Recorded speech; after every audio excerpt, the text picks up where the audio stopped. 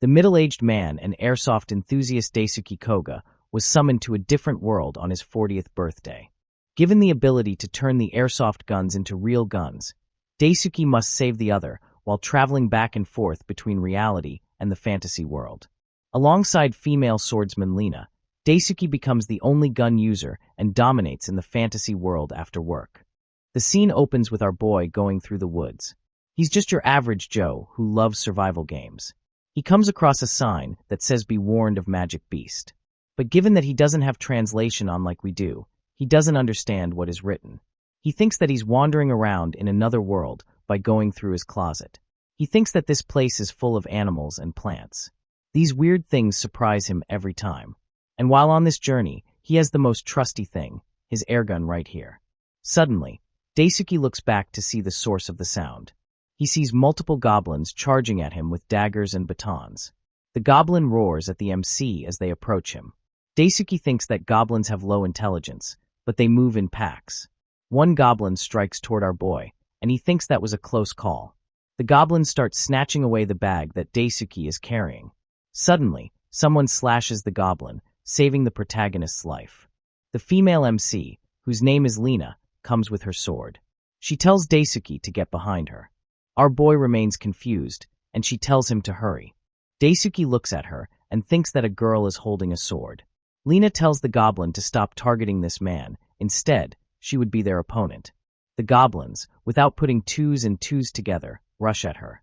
Lena also gets ready to swing her sword and says they will taste the might of her strength. She then starts killing the goblins. Some goblins get pushed back, while some charge relentlessly. However, they are no match for Lena as she takes all of them down easily. A goblin comes dangerously close to her, but Lena kicks him in the guts. She then smacks the goblin with her sword. After getting a good beating, all the goblins ran away in fear, and our boy was amazed to witness her skill. Lena then approaches Daisuke, asking if he's alright. Daisuke wipes his sweat and thanks her for saving his life. The girl introduces herself as Lena, a traveling knight. Daisuke also introduces himself. Lena smiles on hearing the name and says it's quite a strange one. She feels relieved that he is not hurt anywhere. She asks the god to give this man the blessing of mana. Later, they hold a conversation while cooking some food. Lena explains that goblins become aggressive when they form a pack, and our boy understands everything. Lena says that she's currently stationed at a nearby village to exterminate the goblins in the surrounding area. Daisuke opens the water bottle and says it's a tough job. He says this is quite a good time to talk about business. He asks if she would like to work at his company. However, Lena says that she's unsure about it. She then asks Daisuke about his clothes. She has never seen those types of clothes here in this country. Also, he has a strangely shaped talisman. Daisuke passionately shows his gun and says he uses it for self-defense. Lena wonders if he uses it by swinging at the enemies. She couldn't think of anything else about it. Lena gets up and says it's dangerous to walk alone in the forest. They should go to the village, and she will escort him. Daisuke tries to politely decline her offer and says that he's fine. However, Lena grabs his hand and says he shouldn't be embarrassed about being weak. After all, it's a knight's duty to protect the weak. She suggests they get moving before it gets darker. Daisuke agrees and says he'll be in her care then. As they continue their journey, they see fumes coming from the far distance. Lena points ahead and says that they can now see the village from here. Suddenly, some monsters lurk behind the bushes and look at their prey. Lena gets alert and says she's feeling uneasy. It feels like all animals are trying to avoid her or something. She gets ready in case some creatures pop out of the bushes. Suddenly, the ground in front of Lena starts shaking, and out of the ground a skeleton with wings comes out. Lena becomes terrified on seeing such a giant creature here, and Daisuke gets goosebumps as well. He says this monster is huge and believes it can't be a goblin. The monster, whose name is Gargoyle, is a magic-type beast created by sorcery on statues. Lena evades the attack and says that this monster is a gargoyle. She can't understand why such a strong monster would be here. She gets ready to attack and says she can't let this thing go on a rampage. Daisuke asks if she would be fine attacking that thing. Wouldn't it be better if they ran away? However, Lena says that the village is near. She tells Daisuke to head to the village while she holds off the gargoyle here. The MC remains stunned, and Lena charges ahead with her sword, praying to the Almighty to give her strength. Suddenly, the monster unleashes one of its attacks, turning slashing. Despite that, Lena tries to cut the gargoyle's arm, but she's only successful to some extent.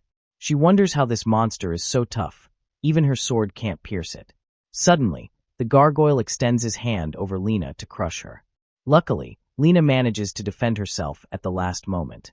She looks back at the monster with anger and goes on striking it with her sword. Nonetheless, the sword doesn't do much damage. Lena thinks that gargoyle is a monster whose sole purpose is to attack humans. If that thing gets near the village, then chaos will ensue. As Lena was shifting between thoughts, gargoyle lands a clean hit on her. Daisuke, who was standing a few feet back, calls out to her. He thinks that it's no use to attack it head-on. At this rate, Lena won't hold out any longer. Suddenly, our boy realizes that he was granted these abilities for times like these. Lena once again gets up while breathing heavily. She talks about not getting defeated so easily here. As the gargoyle goes for the next attack, she thinks that her body is reaching its limits. She freezes at her spot and closes her eyes, accepting her awaited doom. Suddenly, the gargoyle takes a huge blow to his face, and this saves Lena's life. Lena herself remains surprised by the sudden change of events. Our boy is the one who fired the shot at the monster. He steps forward and thinks he has been getting surprises by encountering strange monsters since he came into this world. However, one thing that surprised him the most was the power that this gun packs. He used to play Airsoft in his real life. But when he came here, all of his Airsoft guns turned into real firearms. Lena looks at Daisuke and remains surprised. The gargoyle once again gets back on his feet and roars at them. At the same time, Daisuke aims his gun at gargoyle as well. Lena remains surprised and asks if that's the thing that did so much damage to this monster. Daisuke agrees and says this is a Glock 17 gun. It's a semi-automatic pistol manufactured by the Glock company in Australia. It shoots 9mm rounds, which is the most prominent characteristic of the gun. Daisuke shoots the gun, and it breaks the monster's armor with ease. Daisuke evades the incoming attacks and thinks that this handgun is easier to handle than others. He then pulls out another Glock 17 and starts firing a barrage of bullets at the enemy. He thinks that this gun allows him to instantly counteract the enemy's movements. Our boy becomes serious as he empties all his magazines on the enemy. Lena sees that the monster is faltering. She can't believe that it's possible. Defeating a gargoyle requires multiple veteran knights, but he did it even without using a sword. She feels as if he possesses God's power. Our boy finally kills the monster, and his gun sizzles after the rapid shots.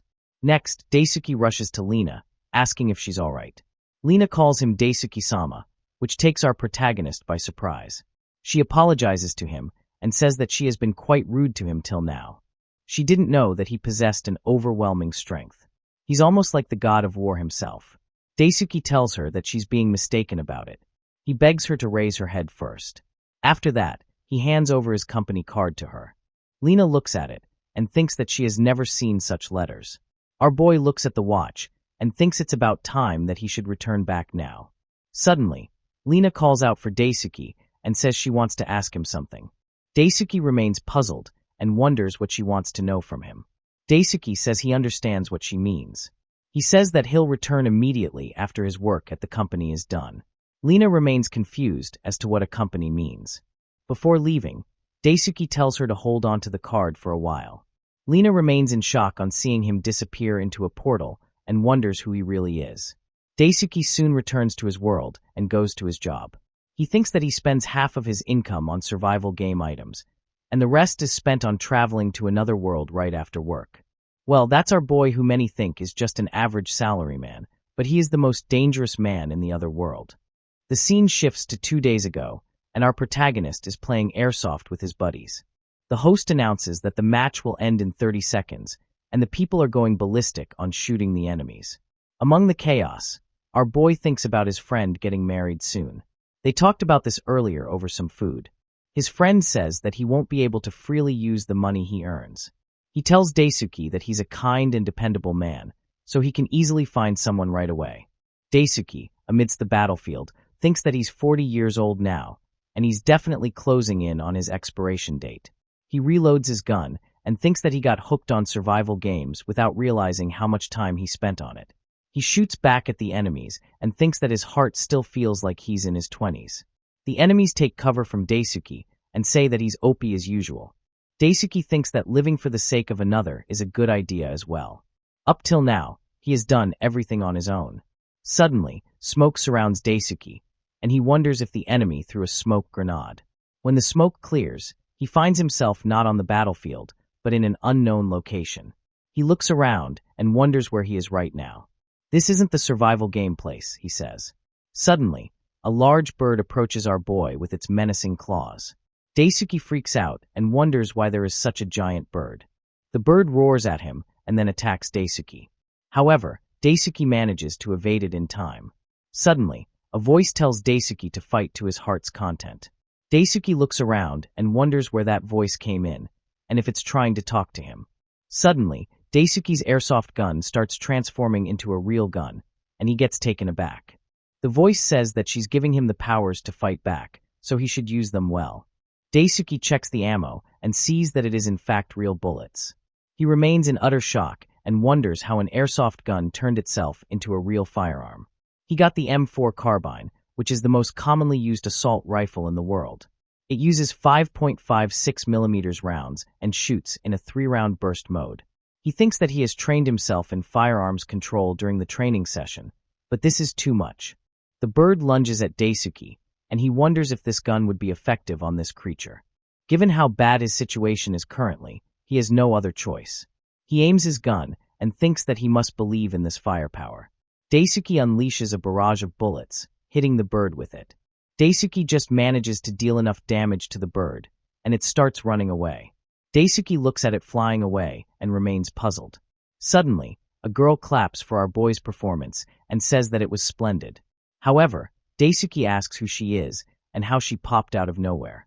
The girl introduces herself as Crim, an observer of this world. If she has to say it in simple terms, he could consider that this is another world. She tells him that by using the griffin from before, she has made certain of his abilities. Daisuke asks what kind of abilities she was looking for. Crim says that she traveled through worlds in search of battle-hardened, strong people like him. Daisuke nervously replies that he's not battle-hardened guy, he just plays airsoft, that's all. However, Crim replies that he's wrong. His abilities are the real deal here. He just doesn't have great fighting skills, but also has redeemable qualities of inherent goodness. Above all, he never turns away from a person who is in need. Daisuke remains speechless and says that's quite specific qualities that she just listed now. Crim says that this world is currently on the brink of being engulfed by malevolence, and it will eventually plunge into chaos. Since she's merely an observer of this world, so she can't interfere with this world directly. Therefore, she wants him to help anyone who needs his help. By doing this, the world would be saved. Also, she has faith in him that he will succeed. Daisuke ponders over what Crim said and says that helping people in trouble is fine in itself. However, he has a job, and resting would become kind of tricky. Crim uses her power and says that he won't have to worry about that. She uses her power to open the dimension to his world. Our boy looks at the portal and thinks that really is his room. Crim says that he won't have to go all out from the start. He can take his time to save this world. Daisuke becomes happy on learning that he can come here whenever he has free time. Crim asks Daisuke how he feels about it. Daisuke replies that he's quite chuffed, and the working conditions are not as toxic as his company. He'll do whatever he can. Crim says that she would also give him some special abilities to help him in his journey. A light emits around our boy, and he wonders what kind of special abilities he'll get. She says that he would gain the ability to turn the weapons he's carrying into their real-life counterpart. Daisuke looks at his gun and thinks the ability to turn his airsoft gun into real ones is freaking awesome. She also tells him to give this name card to the person he holds dear. The scene now shifts to Lena sitting alone in the forest. Suddenly, the card that Daisuke gave to Lena starts glowing. Lena looks at the card and thinks that it was a charm given to her by Daisuke. This card allows Daisuke to travel to the person to whom he gave it. Daisuke soon emerges from the portal, which shocks Lena. Our boy asks what's up and tells her that she did great last time. Lena becomes happy on seeing Daisuke return. Daisuke replies that he promised her to come back, so here he is. He asks where they dropped the conversation last time. Lena tells him to come along with her for a second. She then takes him to the village, which looks abandoned. Lena leads the way while Daisuke looks around the village. The people who have been taking cover behind things peek out and see that Lena has returned. The kids rush to her and say that Lena-san has returned. A kid says that they are happy that she has returned safely. Lena bends down and says that she's fine because she's strong after all. The MC looks puzzled and asks what's going on here. Lena explains that until this moment, the village was being controlled by a tamer. Daisuke asks what tamer means. Lena explains that tamers have the ability to summon monsters and make them do their work. Half a year ago, this very man set his sights on the village's harvest and attacked it using the hordes of powerful monsters at his disposal. The villages fought against him, but they weren't able to hold their ground against the monsters. The girls were taken, and money and food reserves were constantly taken as well. She happened to pass this village during one of her journeys. And to save the village, she challenged that evil tamer here. While fighting through heaps of monsters, she told that evil man to release the village and give the hostages back. Murdoch, while holding wine and women, says that she has quite some skills there. However, none of her strength matches his summoned creatures. A mutated lizard man attacks Lena, and she has a hard time defending against it. Murdoch says that he's free to do anything to the woman and the village as he pleases. Also, why should he let go of this luxurious life? He proclaims that in this world, the strong are at the top of the food chain. In other words, that means it's him at the top. He orders his lizard men to charge at her, and Lena gets pushed back. Murdoch says that he'll make her a personal plaything, just like every woman in this village. Lena thinks that there are too many of them, and she can't fight against them all. She decides that her best option would be to flee now and attack him later with a better plan. Daisuke overhears her conversation and becomes a bit sad. Lena says that she couldn't do anything against Murdoch's strength. The only thing that she has been able to do until now is dispose of his goblin underling. However, when she met our protagonist that day, she saw a light of hope. She clutches her fist in anger and says that it would be quite selfish of her to ask this. But could he lend her his strength? So, they could defeat that malicious tamer. Daisuke smiles warmly and replies of course. He'll do his best to help her. Lena blushes and asks if that's true. She becomes excited, and Daisuke says that Murdoch has committed serious crimes that can't be forgiven. He feels quite touched that she's doing her best to save this village.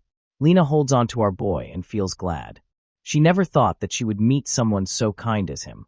A kid approaches Lena and asks if she will truly get rid of the bad guys. Lena pats the kid and says that she'll definitely bring his mother back home. Until then, he should be a good child and wait for them. Lena explains to Daisuke that Murdoch has a mansion built in the deep part of the forest.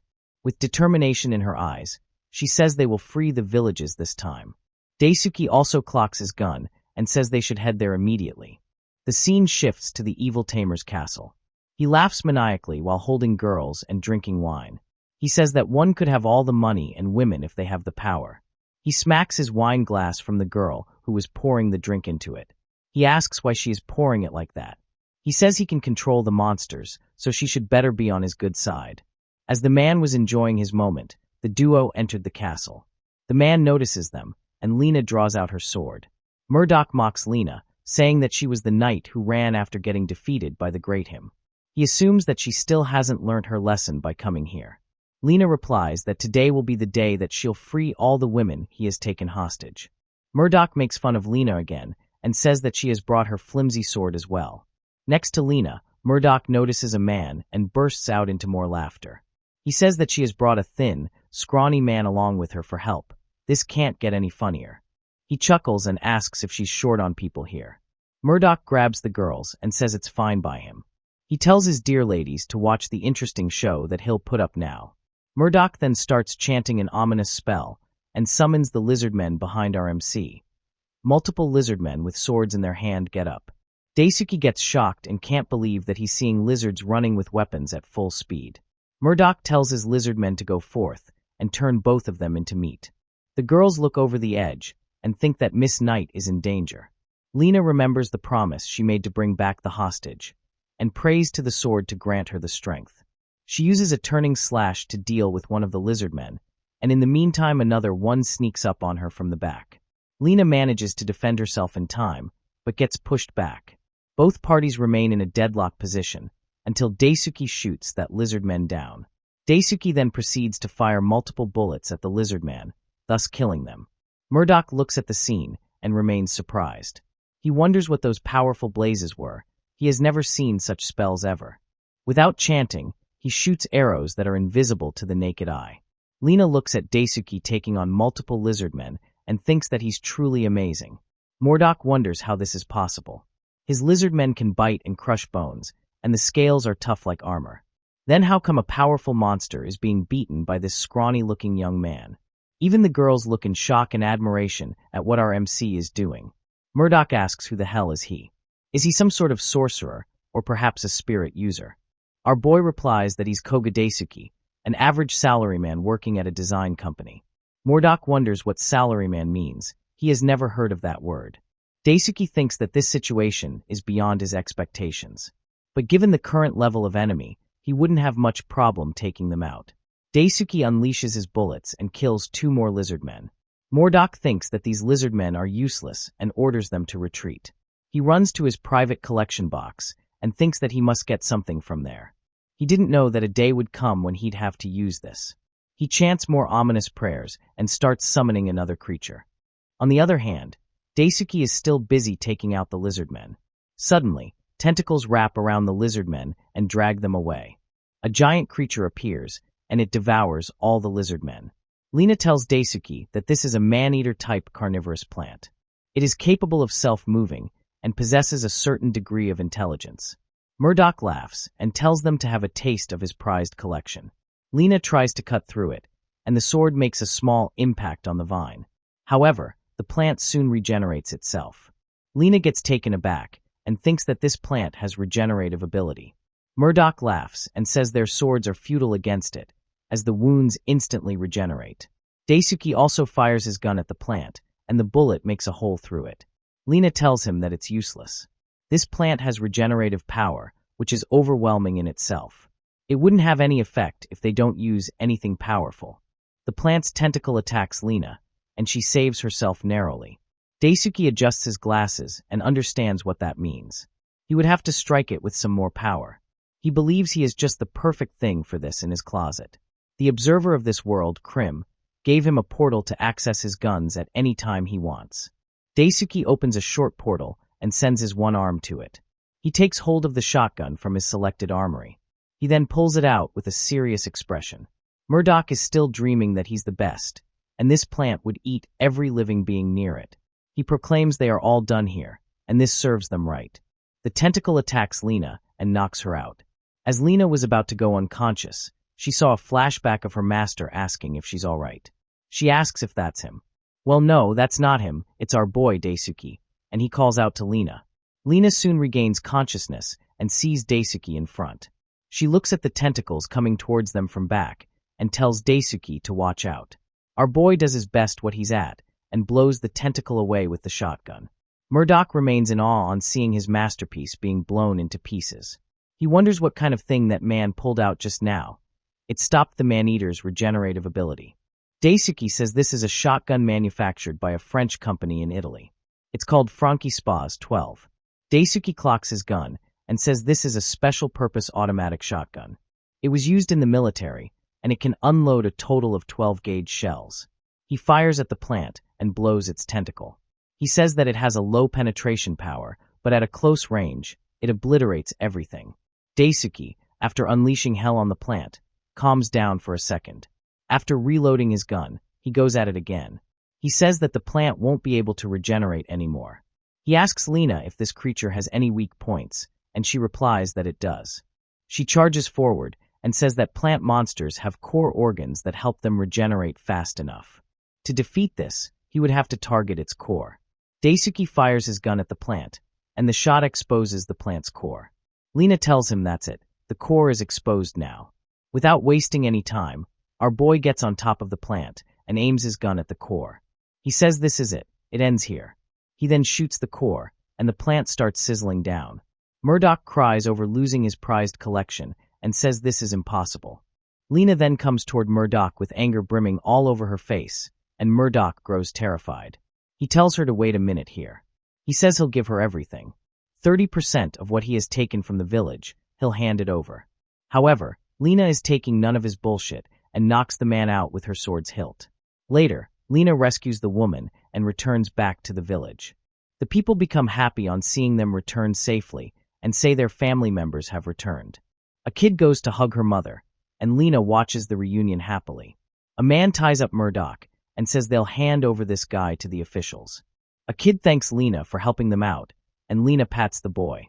The kid asks if she's leaving right now. He wanted her to stay at the village for a bit longer. Lena pats the boy and says that she's looking for someone, so she can't stay here for long. Later, Daisuke and Lena go on the journey. Daisuke asks if she's traveling in search of someone. Lena agrees and says that he was someone who raised her and trained her to be a good swordsman. She says that he's a renowned white knight, Oliver. One day, he just left this sword and disappeared. He said that he would watch her become a proper knight. But he disappeared suddenly, and now she doesn't know where he is. Daisuke hears her and becomes a bit gloomy. Daisuke says that he would help her find that person, and Lena becomes surprised. Daisuke says that he had the habit of not leaving someone in need behind. So can he help her? Lena blushes on hearing those words and stutters for a while. She says, of course, she will not refuse his help at any cost. He's a very capable person. Daisuke goes back to his world and says he will come back after his work is done. Lena sees him leave and feels happy to meet him here. The observer of this world sees everything unfold greatly. She thinks that choosing him was the right choice in the end.